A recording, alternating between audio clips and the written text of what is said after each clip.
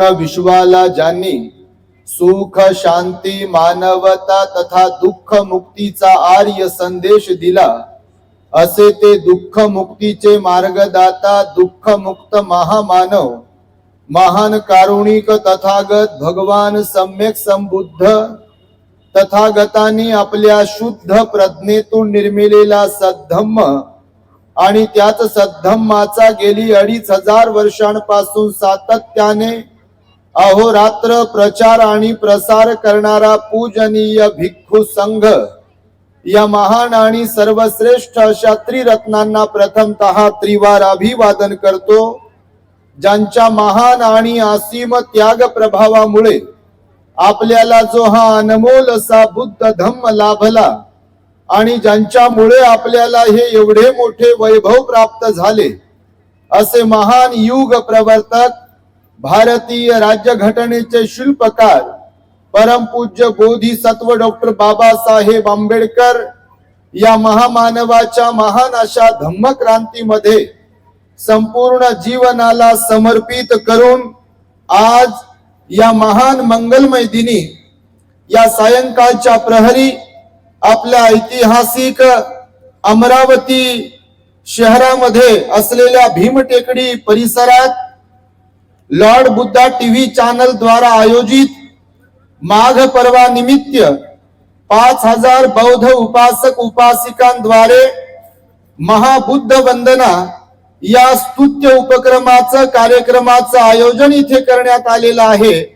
तेव्हा या कार्यक्रमाचे मुख्य मार्गदर्शक पूजनीय भदंत सत्यानंदजी महाथेरो, त्याचबरोबर पूजनीय भदंत आर्य सारीपुत्तजी थेरो, या प्रसंगी धम्म मंचावरती उपस्थित असलेला संपूर्ण पूजनीय भिक्खू संघ भिक्खुनी संघ श्रामणेरी, त्याचबरोबर कार्यक्रमाचे उद्घाटक गुणवंत देवपारे साहेब आणि कार्यक्रमाचे अध्यक्ष प्रकाशजी रविराव, त्याचबरोबर रवींद्र वैद्य सर मुंद्रे सर, कार्यक्रमाच्या स्वागताध्यक्षा संगीताताई सचिन मूळ, प्राध्यापक doctor Ravindra Mundre sir, advocate doctor Manish Sirsat sir, Bharat Shahare sir, Pradeep गायकवाडजी आणि कार्यक्रमाचे मुख्य आयोजक विकासजी धनधर, दिनकरराव तुर्काने, हर्षलजी बनसोड, मेजर गजानन इंगळे, गोपालजी इंगळे, प्रतिभाताई प्रधान,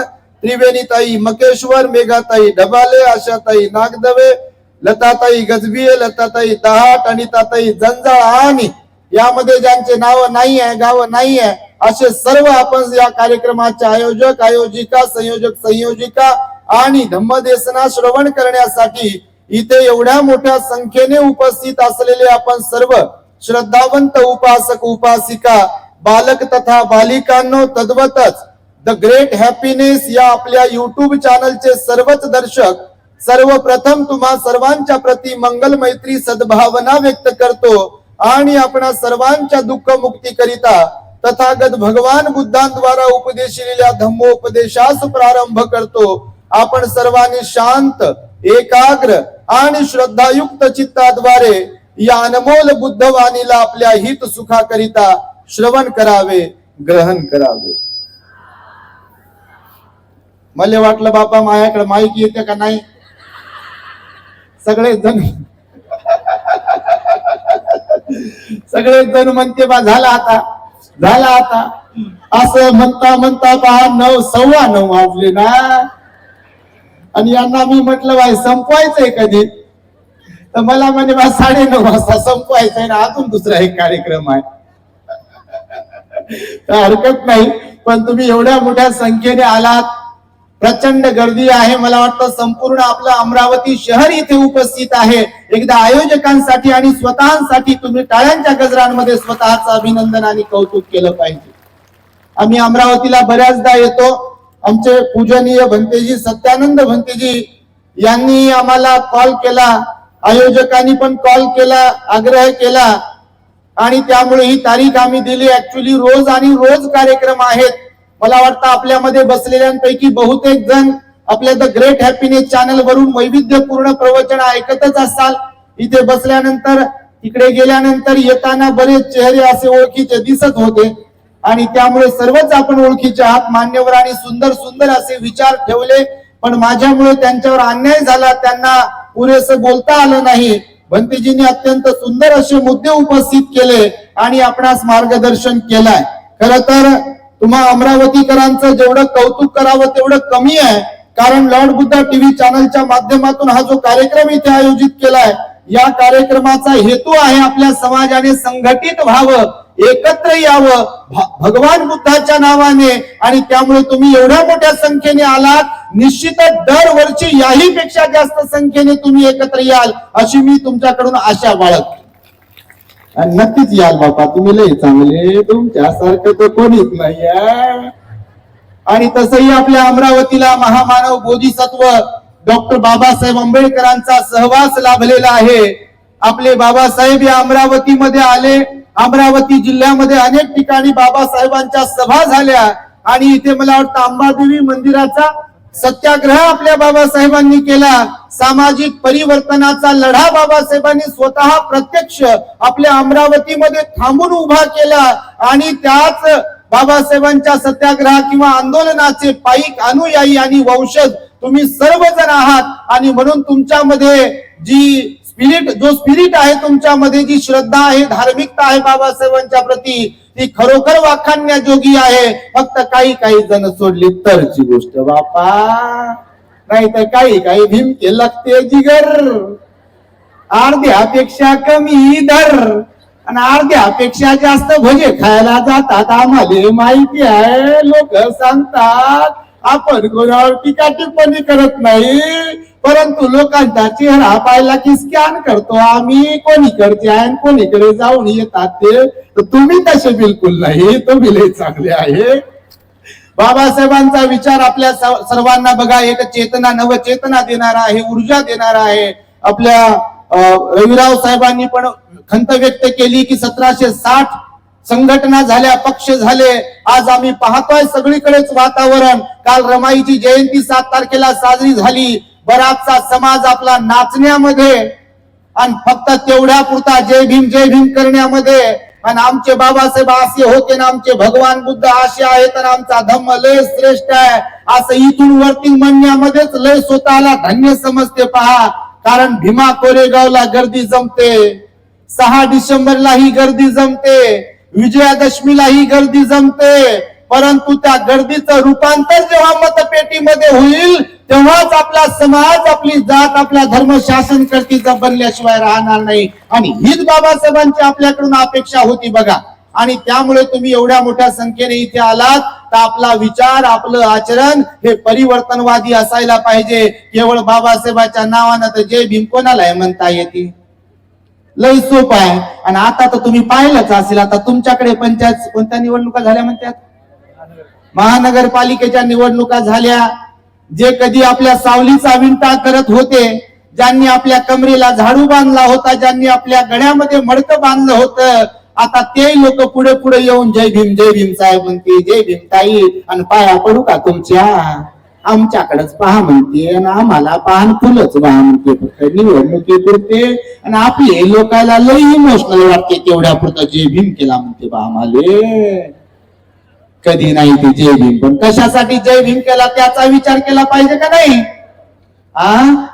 झोपले का तुम्ही? कायचे झोपता बापा? एवढी मोठी गर्दी केली, लय भारी वाटते आम्हाला पण तुम्हाला पाहून, कारण एवढ्या मोठ्या संख्येने खरंच तुम्ही उपस्थित आहात, फार चांगलं वाटते. परंतु आमचं बोलणं जरा परखड आहे, रोखतो काय, कारण गोळ्या घालतो आम्ही डिरेक्टली. आणि तरुणानंद भलतेंचं तत्व ठरलेलं आहे, कोणी वंदो अथवा निंदो, पुन्हा अमरावतीला बोलवा का नका बोलू, दान द्या का नका देऊ, काही संबंध नाही. पण बुद्ध बाबासाहेब तुम्हाला सांगितल्याशिवाय, ते पण एकदम असं बळजबरी तुमच्या कानात घातल्याशिवाय आपण काही शांत बसत नाही पहा. आणि म्हणून लोक बोलवतात, परिवर्तन होते. आता तिकडे गेलो आम्ही बाबासाहेबांच्या पुतळ्याला पुष्पहार घालण्यासाठी, म्हणून भिक्खू निवासातून आम्ही इकडे येताना मातंग समाजाचे आपले एक श्रद्धावंत उपासक तुमच्यात बसलेले आहेत बघा. ते आले आणि भंतेजी आम्हाला म्हणाले, मी मातंग समाजाचा रोज प्रवचन ऐकताना आमच्यामध्ये परिवर्तन होते. एकदा अशा लोकांसाठी तुम्ही टाळ्या वाजवल्या पाहिजे, त्यांचं अभिनंदन केलं पाहिजे. रोज इतर समाजाच्याही लोकांचे फोन येतात, विशेष म्हणजे महिलांचेही फोन येतात, पुरुषांचेही फोन येतात आणि त्यांच्यापर्यंत बुद्ध बाबासाहेबांचा विचार पोहोचवू शकतो आपण. म्हणून आपल्याला स्वतःला मी पण धन्य समजतो. आणि आता ममताईने जसं सांगितलं की खरंच ती छोटी मुलगी इथं आली होती बघा, आणि ती भत्तेजी म्हणे बाबा पर्स तुझ्याकडे पण आहे का? खरंच तिच्याकडे पर्स होती, कोण आहे माहित नाही. ती वंदनही केलं, मला काना सेल्फी काढा म्हणे. माझा सेल्फी काढला तिचा, मला म्हणे भंतेजी मी तुमचे व्हिडिओ खूप पाहते म्हणे, आणि पैसे दिले पाहता. आणि तिनं तर तिच्यासाठी लेकराला गोडी लागली. आणि हे तर जमायला पाहिजे, तुम्हाला सांगतो बघा. आणि त्यामुळे भारत बुद्धमय करायचा असेल तर आपल्या स्वतःपासून आपल्याला सुरुवात करावी लागेल. मग ते भिक्खू असो, भिक्खुनी असो, उपासक असो की उपासिका असो, आपले आचरण जर व्यवस्थित असेल तर लोक आपला आदर्श घेतील की नाही?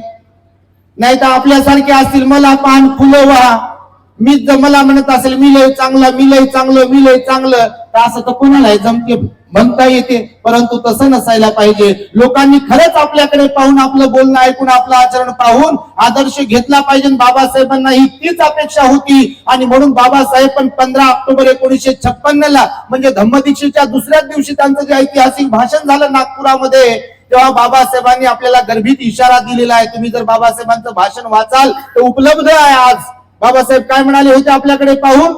बौद्ध धम्मासाठी भारत ही शून्यवत भूमी आहे सध्या. उगम रीतीने धम्माचं आचरण करून तुम्हाला बुद्ध धम्माचा प्रचार आणि प्रसार करता आला पाहिजे. हे जर तुम्हाला साधलं तर भारत काय एक दिवस संपूर्ण जग बुद्धमय झाल्याशिवाय राहणार नाही. हा मानवाने आशावाद आपल्याकडे पाहून व्यक्त केला. आणि त्याच भाषणामध्ये एक खंतही व्यक्त केली किंवा एक गर्भित इशाराही दिला की हे माझ्या समाज बांधवांनो, नव्याने बौद्ध धम्माची दीक्षा घेतलेल्या माता भगिनींनो, भावांनो, बहिणींनो, तुम्हाला मी जो बुद्ध धम्म दिला तो गळ्यामध्ये मडकं अडकून घेतल्यासारखं समजू नका. आंधळेपणाने बौद्ध धम्माचा स्वीकार करू नका. अभ्यासाअंती मला बुद्ध धम्म पटलेला आहे. मी बुद्ध धम्माच्या नावेत विचारपूर्वक बसलो आहे. तुम्हाला जर अभ्यासाअंती बुद्ध धम्म समजत असेल तरच तुम्ही माझ्या मागे या. मेंढरे होऊन मेंढरांसारखं माझ्या मागे येऊ नका. हा शब्द प्रयोग बाबासाहेबांनी आपल्यासाठी केला बघा, तुम्हाला आठवत असेल. पण त्याची बोलले खंत व्यक्त केली पा. अंधश्रद्धा बुवाबाजी बुद्ध धम्मात नाही आहे. डोळस श्रद्धा शिकवली भगवान बुद्धांनी. मिलिंद प्रश्नामध्ये श्रद्धेचे 2 लक्षणं सांगितले. तुम्ही ऐकत असाल मिलिंद प्रश्न आपल्या द ग्रेट हॅपीनेस चॅनलवर यावर्षी वर्षावासात काही एपिसोड शिकवले आम्ही. त्या मिलिंद प्रश्नामध्ये नागसेन भंतेजींनी मिलिंद राजाला सांगितलं श्रद्धेची 2 लक्षणं असतात. एक तर श्रद्धा ज्यांच्या मनामध्ये असेल बुद्ध धम्म संघाच्या प्रती, त्यांचा डिस्प्ले प्रसन्न असतो. डिस्प्ले समजते ना तुम्हाला? सीसीटीव्ही कॅमेरे आहेत 5 सांगितलेले आहे आपण. बॉडीला आपल्या किती कॅमेरे लावले सीसीटीव्ही? बोला माझ्याशी, मुख्यच बसू नका.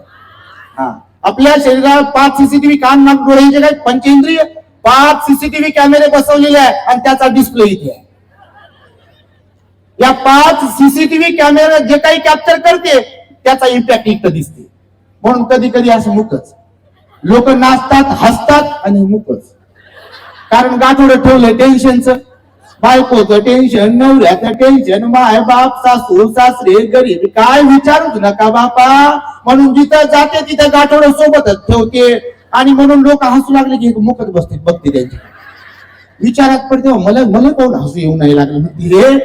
तर भगवान बुद्धाने सांगितलं श्रद्धेचे 2 लक्षणं. पहिली गोष्ट तर प्रसन्नता. भगवान बुद्ध म्हणाले ज्यांची बुद्ध धम्मसंघावर श्रद्धा आहे त्यांचा डिस्प्ले प्रसन्न असायला पाहिजे. आणि खरंच असायला पाहिजे ना. कारण आपल्या डिस्प्लेकडे पाहून इतराला असं वाटू नये पहिलं टेन्शन मध्ये आहे बाबा, याला कट मारू दे म्हणून. आपला डिस्प्ले चांगला प्रसन्न पाहिल्यावर कोणालाही वाटलं पाहिजे जय भीम ताई, जय भीम दादा, बसा चहा करू का, असं खरंच वाटायला पाहिजे ना.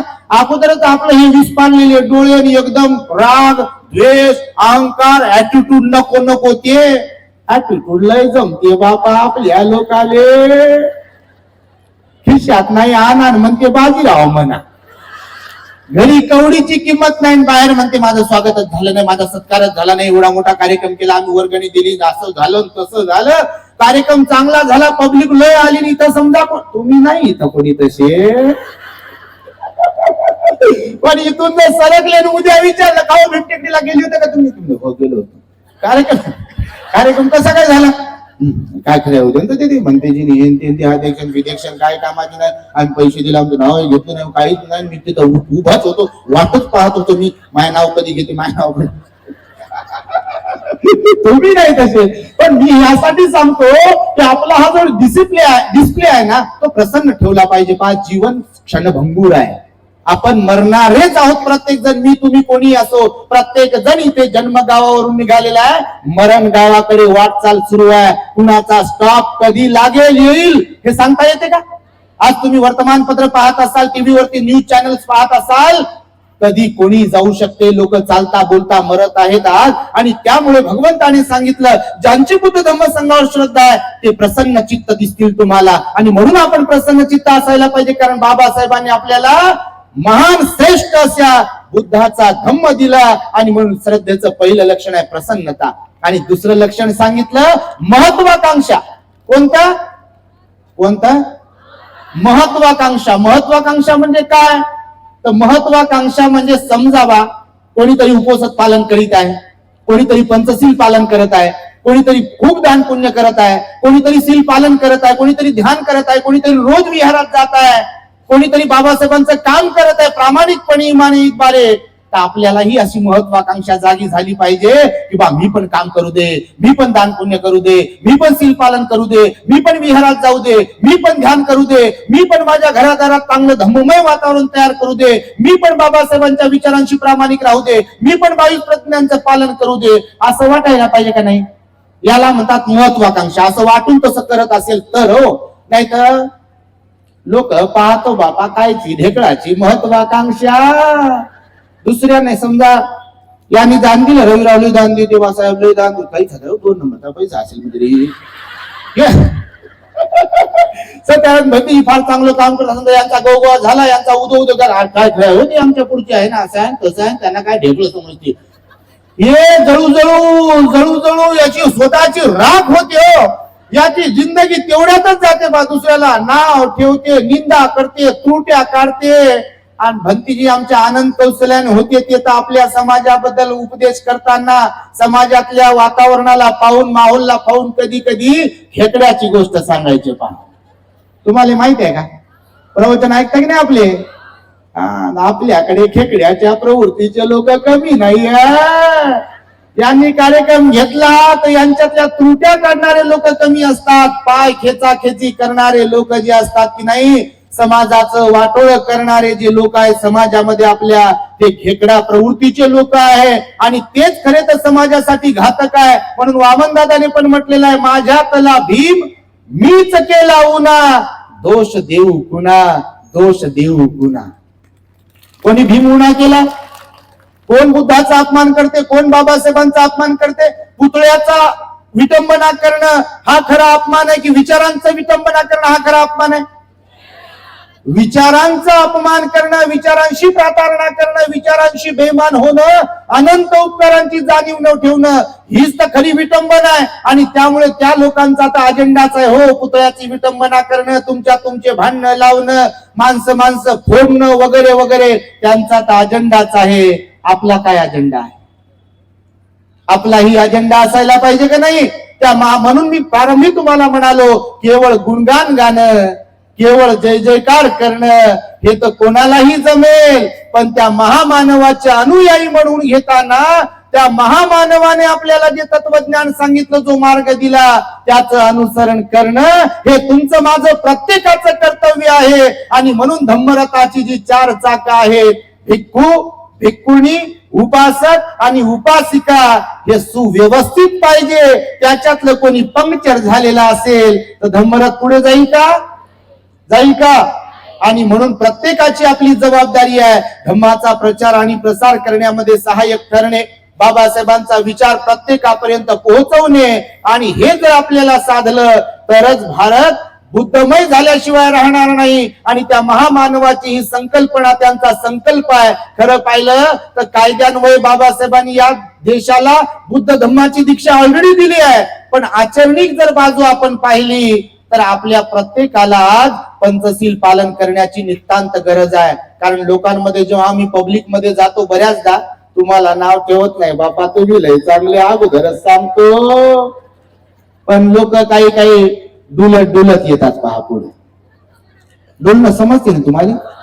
समजते का नाही? डोळे लाल झालेले समजते का नाही तुम्हाला? तुमच्या घरी कोणी असं नसावं म्हणजे झालं नाही, तर घराचे वाटोळच करते, ते समाजाचे वाटोळ करते पहा. तर असे लोक अनेक ठिकाणी दिसतात, तेव्हा फार वाईट वाटते पहा. त्या बाबासाहेबांनी गुरु चंद्रमणी महास्तवीर यांच्याकडून आपल्याला त्रिसरणासह पंचशील देऊन दीक्षित तर केलंच केलं, पण अडाणी अशिक्षित असलेल्या समाजाला पाली भाषा समजणार नाही, तिचा अर्थ कळणार नाही, म्हणून 22 प्रतिज्ञांमध्ये सुद्धा पंचशील टाकलं बाबासाहेबांनी. तुम्ही 22 प्रतिज्ञा वाचत असाल तर, आणि त्याच्यामध्ये बाबासाहेब म्हणाले मी हिंसा करणार नाही, चोरी करणार नाही, व्यभिचार करणार नाही, खोटं बोलणार नाही आणि दारू पिणार नाही. टाकलं की 22 प्रतिज्ञामध्ये? टाकलं की नाही? माणसं कुठं बसले? घरी ठेवून आले? अरे बाबा कुलूप लावून आणले. आपल्या कार्यक्रमांमध्ये बघा सर्वात जास्त बिचारा माझ्या माता भगिनीचीच गर्दी जास्त राहते, आणि माणसं घरात काय करते काय नाही करत कोणास ठाऊक बापा. त्यांना वाकाव वाटत नाही, झुकाव वाटत नाही. माझी आई लगेच वागते, लगेच झुकते, वंदन करते, पाया पडते, ताण देते, विहारात जाते. पण आमचा बाबा ना आमचा भाऊ ना आमचा दादा म्हणते मेरी सुनोन मेरीच गिनोन, माझ्यासारखं कोणीच नाही बापा. माझा टेंबा म्हणते मला मानपान दिला तर येतो नाही तर येत नाही म्हणते. हे नाही तसे हे लय चांगले आहे, म्हणजे तुम्ही लय चांगले, तुमच्या इथे आलेले सगळेच पुरुष. परंतु काहींची गोष्ट अशीच आहे का नाही? आणि त्यामुळे बाबासाहेबांनी बुद्धाचा धम्म हा आचरणिक आहे म्हणून सांगितला, म्हणून निर्व्यसनी समाजही झाला पाहिजे. म्हणून मी पुन्हा पुन्हा तुम्हाला म्हणतोय की आपण केवळ बाबासाहेबांचं आणि बुद्धाचं गुणगान गाणारे नसलो पाहिजे, तर त्यांच्या मार्गावर चालणारेही असलो पाहिजे. भगवंताच्या काळात बघा वक्कली नावाचे भंते जी होते, वक्कली नावाचे भंते जी होते भगवंताच्या काळामध्ये, तुम्ही ऐकले असाल तर, त्रिपिटकाचा अभ्यास करत असाल तर, ते वक्कली भंतेजी केवळ दीक्षित याच्यामुळे झाले होते का भगवान बुद्धांमध्ये 32 लक्षणं होते. कारण भगवंतासारखा सुंदर तीनही काळात कोणी नसते, म्हणजे भूतकाळातही कोणी नसते, वर्तमानातही कोणी नसते आणि भविष्यातही कोणी भगवंतासारखं सुंदर नसते. म्हणून तर यंकिंची रतनं लोके विद्यती विविधा पुतु रतनं बुद्ध समंग नत्ती, रतनं धम्म समंग नत्ती, रतनं संग समंग नत्ती, तस्मासोती भवंतु मे किंवा तस्मासोती भवंतु ते असं म्हटलेलं आहे. नत्ती म्हणजे नाही, बुद्ध रत्ना समान किंवा बुद्ध रत्नासारखं, धम्मरत्ना समान किंवा धम्मरत्नासारखं, आणि संघरत्ना समान किंवा संघरत्नासारखं या जगात कोणी नसते. आणि बुद्धामध्ये ते विशेष असे गुण असतात, सद्गुण असतात. आणि त्यामुळे ते वक्कली नावाचे एक व्यक्ती होते भगवंताच्या काळात. त्यांनी ते भगवंताचं सौंदर्य पाहिलं आणि मोहित झाले आणि त्यांनी भिक्खूची दीक्षा घेतली बा. दीक्षा घेतल्यानंतर जिथे कुठे कार्यक्रम असायचा, विहारात भगवान प्रवचन द्यायचे का नाही, तर ते प्रवचन ऐकायचे तर खरं, श्रद्धा त्यांच्यातही होती, पण भगवंताच्या भोवया पाहिलं की त्या भोवयाकडेच पाहायचे, ते आकर्षित व्हायचे. ओठ पाहिले की ओठाकडेच पाहायचे, गाल पाहिले की गालाकडेच, कान पाहिले की कानाकडे, मासाचा गोळा पाहिला की त्याच्याकडेच पाहायचे. केस सगळी उंची बिंची, काय भगवंताच्या शरीराचं वर्णन केलेलं आहे बघा. आणि खरंच भगवान सुंदर होते ना, तर ते भगवंताच्या सौंदर्यावर भाळून गेले होते. आणि मग त्यांना वाटे की बा भगवंताचं मी वारंवार दर्शन यासाठीच घेतलं पाहिजे का सौंदर्य मला पाहता येईल. तर मग असेच काही दिवस गेले, तर वारंवार भगवंताचं ते शरीरच निहाळायचे. तर एक दिवस ते आजारी पडले बा, विहारामध्येच आजारी पडले, त्यांच्या भिक्खू निवासामध्ये ते पडले आजारी. मग आजारी पडल्यानंतर एक दिवस एका भिक्खूकडे त्यांनी विनंती केली की भगवंताला मला पाहायचं आहे, बरेच दिवस झाले भगवंताला मी पाहिलं नाही, भगवान जर माझ्याकडे येतील तर माझी तब्येत बरी होईल. तर मग एका भिक्खूने सांगितलं भगवंताला, आणि भगवान आपले करुणा हृदय असतात, भगवंतामध्ये महाकरुणा गुण असतो, भगवंतामध्ये दयेचा गुण असतो, भगवान बुद्धांमध्ये मैत्री असते. आणि भगवान बुद्ध मग त्या भिक्खूच्या रूम कडे, भिक्खू निवासाकडे गेले बा. भगवान बुद्ध जसेही त्याच्या रूम मध्ये गेले, एंट्री केली की ते तटकन उठून बसले पा. बऱ्याच दिवसाचे आजारी होते, यांची एवढी श्रद्धा होती, भगवंताचं शरीर पाहिलं, सौंदर्य पाहिलं की हे प्रसन्न व्हायचे. आणि मग भगवान बुद्ध रूम मध्ये गेल्याबरोबर तटकन उठून उभे राहिले आणि भगवंताला वंदन करू लागले. भगवान म्हणाले, वक्कली बसा, तुम्ही शांत बसा. आणि मग भगवंतानी त्यांच्याशी संवाद साधला. तर त्यांनी भगवंताला सांगितलं, भगवान तुमच्या शरीराबद्दल माझ्या मनात खूपच लोभ आहे हो, तो कमीच होत नाही. तुम्ही फारच सुंदर आहात भगवान, तुमचे ओठ असे, तुमचं नाक असं, तुमचे डोळे असे, तुमचा आवाज असा वगैरे वगैरे. त्यावर भगवान बुद्ध म्हणाले, अहो वक्कली, हे माझं शरीर असो की तुमचं शरीर असो, हे गंदगीनं भरलेलं आहे. 9 द्वारातून सातत्याने घाण बाहेर पडते आणि हे नश्वर शरीर आहे, हे घाण शरीर आहे. या शरीराला काय पाहता? जो धम्माला पाहतो तोच बुद्धाला पाहतो, आणि जो बुद्धाला पाहतो तोच धम्माला पाहतो. आणि म्हणून केवळ माझ्या शरीराला पाहून तुम्हाला काही निर्वाण प्राप्त होणार नाही. तुम्हाला मी सांगितलेल्या धम्माचं आचरण करावं लागेल. आणि तेव्हापासून मग वक्कली भंतीजीनं ते सौंदर्याला पाहणं, निहाळण, गुणगान गाणं सोडून दिलं आणि धम्माचं आचरण केलं. माझ्या माता भगिनींनो, तुम्हा सर्वांना मी हे यासाठी म्हणून सांगतो की केवळ जय जयकार पुरेसा नाही आहे. बघा, डीजे लावला की नाचा रे नाचा, नाही का? आणि जय भीम बोलून किधर भी चलो, इकडून आला आणि तिकडून आला आणि बघता काय सामील व्हा. आणि हेच एक दिवसच सामील होते 365 दिवसामधून, आणि नंतर पाहताय नाही बाबासाहेबाचा हार चुकला का, मी विहारात जाऊ का, वंदना घेऊ का, पंचशील पालन करू का. तुम्ही बारीक तोंड नका करू बाबा, तुम्ही नाही तसे. पण काही काही लोक खरंच असे आहे पहा. आणि म्हणून हे वारंवार सांगतो. आणि म्हणून बुद्ध बाबासाहेबांचा विचार आपण आत्मसात केला पाहिजे, नाही तर त्या गाढवासारखी आपली गत होते पहा. मला लय बोलायचं होतं तुमच्यासाठी, तुमच्या सोबत, पण हे घड्याळचा काटा एवढा फास्ट पुढे पुढे चालला पहा. आणि त्याच्यामुळं मी काय अधिक बोलणार नाही. तुम्हाला गाढवाचा दृष्टांत माहीतच असेल. त्या गाढवासारखी फजिती करून घेऊ नये, कारण सिंहानं गाढवाला आपला सेवक म्हणून, सहाय्यक म्हणून ठरवलं खरं, पण ते गाढव होत. पहिल्यांदा गेलं राजाकडे तर त्या सिंहानं झडप मारली, त्याचे कान तुटले. आणि कोल्हा म्हणे, बा तुला राजा बनवायचा आहे म्हणून तुझे मुकुट घालायचा तुझ्या डोक्यामध्ये, म्हणून तुझे कान तोडले. ते गाढव दुसऱ्यांदा तयार झालं. दुसऱ्यांदा तयार झाल्यावर सिंहाकडे गेलं. सिंहानं पुन्हा झडप घातली, त्या गाढवाची शेपटी तोडली. पुन्हा विचारलं कोल्याला त्यानं, बा माझा जीव घेतला असता शेपटी कशी काय तोडली. शार्ट मध्ये सांगू लागलो, वेळ पुढे गेला म्हणून. तर शेपटी कशी काय तोडली म्हटल्यावर कोल्हा म्हणे, बा तुला राजा बनवायचं एका दिवसासाठी आणि त्या सिंहासनावर तुला बसायचंय. बसताना तुझ्या शेपटीनं डिस्टर्ब करू नये म्हणून शेपटी तोडली. तर तिसऱ्यांदा पुन्हा ते गाढव गेलं सिंहाच्या जवळ, आणि नंतर मग त्याच्या नरडीचा घोट घेतला त्या सिंहाने आणि त्याचा हडशा पाडला. कोल्याला सांगितलं की गाढवाचा मेंदून काळीज आमच्याकडे घेऊन ये, बाकीचं तू खा. कोल्हा मोठा हुशार होता आपल्या समाजातल्या काही लोकांसारखा. मग कोल्यानं त्या गाढवाचा मेंदून, हृदय, काळीज स्वतः खाल्लं. त्याने विचार केला की सिंह खूपच गाजवते एवढ्या वर्षापासून, आता मी खाऊन पाहतो म्हणून त्यानं मेंदू खाल्ला. कोणाचा?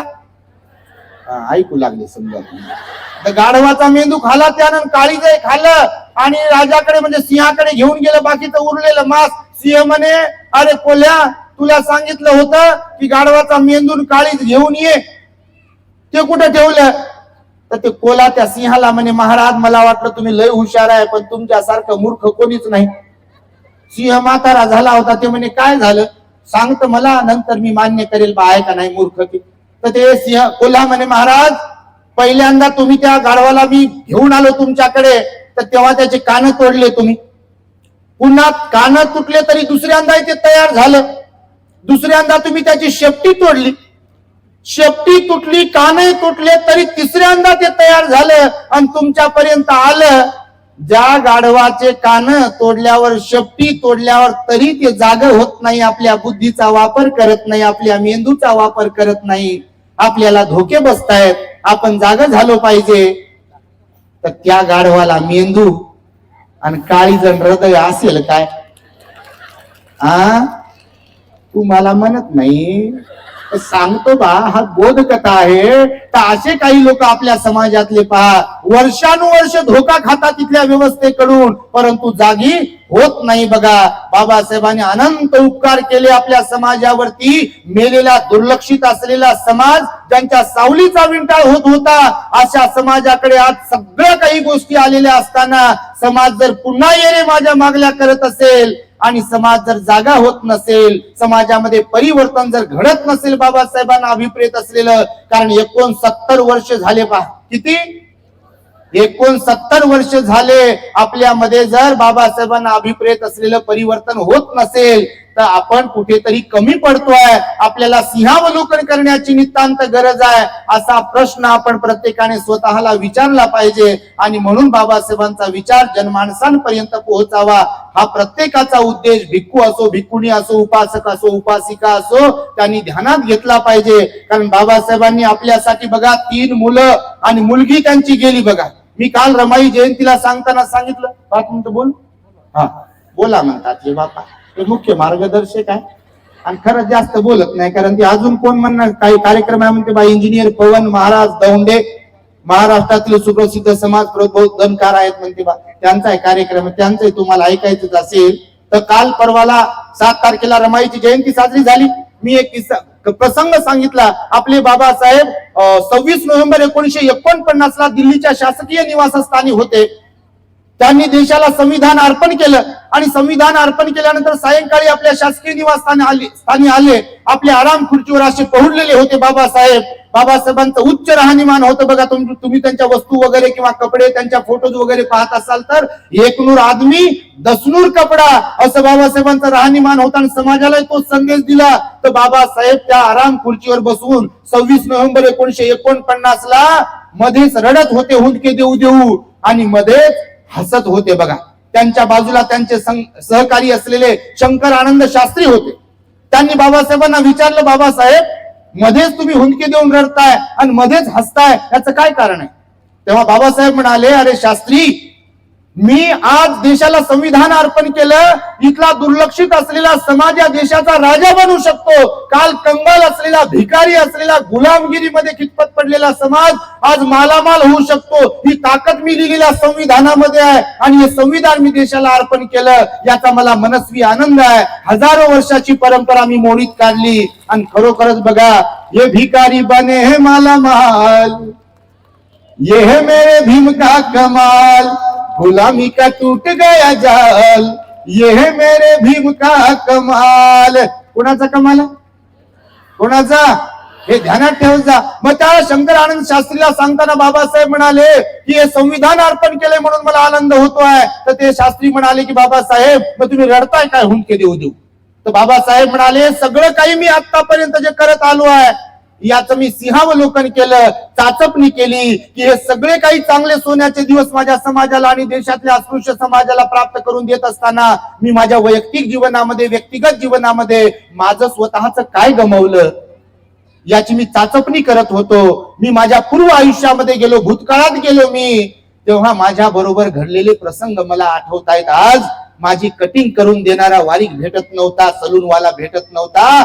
मला बडोद्याला मी शिकून आलो, लंडन स्कूल ऑफ इकॉनॉमिक्स मध्ये शिकायला गेलो, मी कोलंबिया युनिव्हर्सिटी मध्ये शिकायला गेलो, तिकडनं मोठमोठ्या डिग्र्या घेऊन आलो मी. MA, PhD, DSc, LLD, delete barrister, law एवढ्या डिग्र्या घेऊन आलेला माणूस मी बडोद्याला सयाजीराव गायकवाडांकडे काम करत असताना माझ्याकडे अशा फेकून फायली देत होते आणि माझे हात ज्या फायलीला लागत होते त्याच्यावर गोमूत्र शिंपडत होते. असा माझ्यावर अन्याय अत्याचार होत होता. मी लहान होतो, शाळेमध्ये माझ्या सोबतच्या सगळ्या विद्यार्थ्यांना त्या माठावर पाणी पिण्यासाठी मुक्त संचार होता.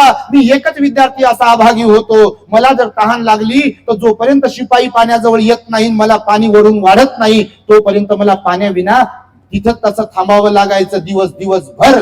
शाळेतल्या फळ्यावरचे गणित सोडविण्यासाठी मी तिथं जाऊ शकत नव्हतो, कारण त्या फळ्याच्या बाजूला इतर विद्यार्थ्यांचे डबे होते. माझ्या बरोबर जागोजागी हा अपमान झाला. माझ्यावर अनेक प्रसंग आले, हे तर माझ्या वैयक्तिक जीवनामध्ये आले, परंतु हे शास्त्री, मला एक प्रसंग राहून पुन्हा पुन्हा आठवतो. का तो म्हणजे मी माझ्या मुंबईच्या घरी होतो, माझी पत्नी सोबत होतो, माझ्या परिवारामध्ये होतो.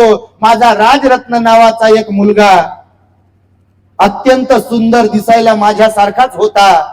तो एक दिवस तापेनं फणफणत होता. त्याला मी माझ्या छातीवर धरलं, त्याचं अंग गरम झालेलं होतं आणि थोड्या वेळाने त्याला मी असंच थोडस धरलं, थापटत होतो, तर थोड्या वेळाने त्याचं शरीर थंड पडलं. आणि नंतर माझ्या लक्षात आलं, घरच्या लोकांच्या लक्षात आलं, कार्यकर्त्यांच्या लक्षात आलं की छातीला धरलेला माझा राजरत्न मृत्युमुखी पडलेला आहे. अरे शास्त्री, माझ्या डोळ्यामध्ये अश्रू आले आणि जेव्हा मला कोणीतरी विचारलं, सांगितलं की साहेब राजरत्न गेला, त्याला आता त्याचं दफन करावं लागेल, स्मशानात न्यावं लागेल, एक नवीन कोरक कापड त्याच्यासाठी घ्यावं लागेल साहेब, पैशांची गरज आहे, कारण समाजही गरीब होता. जेव्हा मला कोणीतरी कार्यकर्त्यांकडून सांगितलं गेलं की राजरत्नाला नवीन कापडामध्ये गुंडाळून त्याचा अंत्यविधी करायचा आहे, तेव्हा पैसे पाहिजे, तेव्हा पॅन्टच्या दोन्ही खिशाला मी चाचपलं, माझ्या शर्टच्याही खिशाला मी चाचपलं, तेव्हा माझं काळी चर झालं म्हणे शास्त्री, कारण त्यावेळी माझ्याकडे 1 रुपया नव्हता, माझ्या काळजाचा तुकडा मला सोडून गेला, परंतु माझ्याकडे पैसा नव्हता त्याला कोऱ्या कापडामध्ये गुंडाळण्यासाठी. तेव्हा माझ्या रामूनं तिच्या लुगड्याचा पदर फाडला आणि त्याच्यामध्ये माझ्या राजरत्नाला गुंडाळलं, त्याचा दफन विधी केला. असे बाबासाहेब होते आपले, आपल्यासाठी सर्वस्व त्यांनी समर्पित केलं बघा. आणि म्हणून आपल्या बाबासाहेबाला आपण कधी बेमान झालो नाही पाहिजे आणि बाबासाहेबांचा पुढे करून आपण कधी दलाली नाही केली पाहिजे. दुसरी याच्यातलीच गोष्ट तुम्हाला लगेच सांगतो मी, की राजरत्न गेल्याबरोबर बाबासाहेबांना बातमी कळाली की उद्या दुसऱ्या दिवशी आपल्याला गोलमेज परिषदेसाठी लंडनला जायचं आहे. आणि मी लगेच तयारीला लागलो. तयारी करत असताना माझ्या भावाने मला हटकलं की अरे भिवा, तुझा राजरत्न गेला, तू कुठली तयारी करतो, काय करतो, तू कुठे जायचं तुला? तेव्हा मी माझ्या भावाला सांगितलं की दादा, माझा राजरत्न गेला, मला सोडून तो काही परत येणार नाही, परंतु मी जर गोलमेज परिषदेला लंडनला आता पोहोचलो नाही तर गांधी अँड कंपनी माझ्या समाजातील हजारो राजरत्नाचा माझ्या बळी घेतल्याशिवाय राहणार नाही आणि नंतर मी गेल्यानंतर पश्चातापाशिवाय समाजाकडे काहीच उरणार नाही आणि म्हणून मला लंडनला गेलं पाहिजे असे बाबासाहेबांनी सांगितलं आणि बाबासाहेब लंडनला गेले. मी हे यासाठी म्हणून तुम्हाला सांगतोय, भावनिक बनवत नाहीये तुम्हाला. त्या बाबासाहेबांचा राजरत्न गेला, इंदू गेली, रमेश गेला, गंगाधर गेला, तो आपल्यासाठी गेला, या देशातला समाजाला हे चांगले सोन्याचे दिवस आणून देण्यासाठी गेला. आणि म्हणून तुमची माझी प्रत्येकाची जबाबदारी आहे, बाबासाहेबांच्या अनंत उपकारासाठी आपण जीवन जगू शकलो पाहिजे जाणीव ठेवून. कारण बाल्याची माय तुम्ही नाही तसे, पण बाल्याची माय, बाल्याची बायकोन, बाल्याचे लेकर आता 10x10च्या म्हणत नाही बाबा, लय मोठमोठे झाले तुम्ही, तुमचे बंगले पाहण्यासारखेच आहेत आता, तर 10x10ची कायची आली आता, लय मोठमोठे बंगले.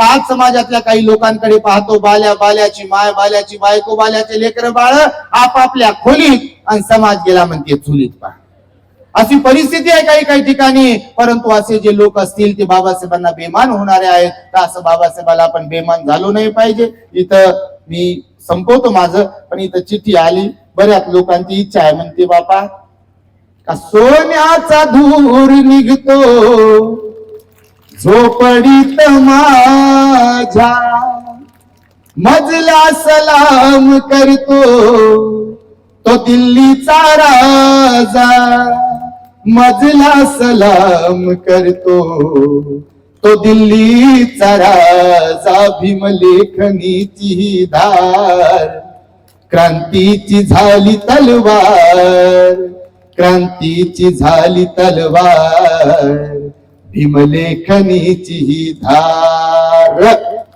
म्हणते जी मना म्हटले म्हणून म्हणतो, म्हटलं भाव हे गाणं आणि ऍक्च्युअली बुद्ध बाबासाहेबांचं गाणं हे मनोरंजनामध्ये मोडत नाही, नृत्यगीत वादितमध्ये मोडत नाही. हे मी माझं वैयक्तिक मत सांगतो. ज्या गाण्यात अश्लीलता असते ते गाणे मनोरंजनामध्ये मोडतात. बुद्ध बाबासाहेबांचं गाणं हे प्रबोधनाचं गाणं आहे आणि त्यामुळं आता आम्हाला आईकडून देणगी मिळाली बा. आमची आई अडाणी आहे आणि ती गावामध्ये असे जात्यावरचे कुठले कुठले गाणे म्हणायचे, देणगी येते की नाही, आपल्यात उतरते का नाही. आणि त्यातल्या त्यात आमच्या आईनं आम्ही लहान असताना ही पडजीप समजते तुम्हाला, तुमच्याकडे काय म्हणतात त्याला, अजून एक जीभ असते बारीक, पडजीबच म्हणतात तुमच्याकडे, मग जमलं बा एकच शब्द. त्या पडजीबीला दातवण लावू लावू बोट घालू घालू आमच्या आईनं आमचा जाडा भरडा आवाज बनवला असा. आणि म्हणून मग ते बुद्ध बाबासाहेबांचं कधी कधी गाथा येते, कधी गाणं येते. तर आज इथे आम्ही आलो, पूजनीय आमचे मार्गदर्शक असलेले ज्यांचं काम अतिशय उत्तम आहे महाबोधी विहाराच्या संदर्भामध्ये असे आमचे सत्यानंद महास्तवीर भंतेजी, यांना त्रिवार वंदन करतो, संपूर्ण पूज्य भिक्षू संघाला वंदन करतो. आणि वेळेच्या अभावी मी अधिक न बोलता माझ्या शब्दांना पूर्णविराम देतो. पुन्हा एकदा या संयोजन समितीसाठी आणि सर्व आयोजकांसाठी आपण सर्वांनी मंगल मैत्री प्रदान करावी आणि आपल्याला प्रवचन ऐकण्यासाठी आपल्या द ग्रेट हॅपीनेस चॅनलला सबस्क्राईब पण करावं. औरंगाबादेत द ग्रेट हॅपीनेस टॉवरचं पण 4 मजल्याच्या बिल्डिंगचं आपण निर्माण करतो आहे. समाजाच्या स्वेच्छादानातून कुणाकडेही काहीही न मागता, वर्गणी पावत्या बुक न छापता समाजाच्या स्वेच्छादानातून आपण, बाबासाहेबांनी आपल्याला स्वाभिमान शिकवला, तर तशा प्रकारे तुम्हा सर्वांच्या दानातून टॉवरचं निर्माण करतो, विहाराचं निर्माण करतो. आपण सर्वांनी साथ द्याल, सहकार्य कराल अशी अपेक्षा व्यक्त करून माझ्या शब्दांना पूर्ण विराम देतो.